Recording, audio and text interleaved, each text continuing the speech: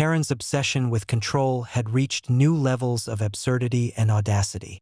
One morning at our lake cabin, she arrived claiming that she needed to enforce decency on the property. Her target this time was the lake itself, where we had been enjoying a calm, private morning. According to Karen, some imaginary HOA rule prohibited certain activities, and she believed it was her duty to intervene personally. What she didn't anticipate was that her attempt to assert authority would be utterly and humiliatingly dismantled. She stormed down to the water, shouting at us to stop our activities and threatening to call law enforcement. Her face was flushed with self-righteousness, and she waved her usual stack of documents, expecting immediate compliance. My grandfather, standing beside me, calmly observed her antics, knowing that her obsession had reached a predictable pattern. My wife discreetly activated the cameras, ensuring that every action, threat, and claim would be fully documented. Karen then called 911, claiming an emergency. She alleged that indecent behavior was occurring at the lake, hoping that law enforcement would arrive to enforce her delusional interpretation of HOA rules. My cousins and I continued to secure the perimeter, ensuring safety and maintaining control while she ranted. Karen's panic grew as she realized that she might not be able to manipulate law enforcement this time. Within minutes, patrol cars and a federal liaison arrived.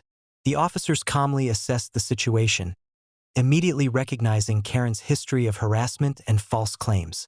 They reviewed the property records, confirmed ownership, and reminded Karen that private property rights could not be overridden by HOA rules which, in this case, did not even apply to us. Her smugness vanished instantly as she realized that her long-standing tactics of intimidation and manipulation had no weight here. Karen attempted to escalate verbally, accusing us of defying her authority and demanding immediate removal from the property. My wife calmly presented video evidence of her trespassing on private property, as well as prior documented incidents of harassment. The officers then warned her that any further attempts to interfere could result in criminal charges for harassment, filing false reports, and obstruction. At that moment, Karen's facade crumbled completely.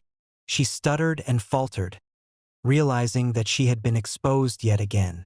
Every lie she had tried to propagate, every claim of authority, and every attempt at intimidation was being dismantled in real time. The federal liaison and patrol officers ensured that her credibility was shattered in front of both the property owners and the neighbors who had gathered to observe the incident. With her 911 call rendered useless and her intimidation tactics neutralized, Karen retreated from the property, humiliated and powerless. The lake remained fully accessible to my family, and our activities continued without further interruption. Her attempt to assert control over something she had no legal claim to had completely backfired, leaving a permanent record of her overreach and delusion. This incident marked another milestone in Karen's saga of escalating harassment. She had once again attempted to manipulate law enforcement to enforce imaginary authority, but preparation, documentation, and federal presence ensured that she was exposed and neutralized.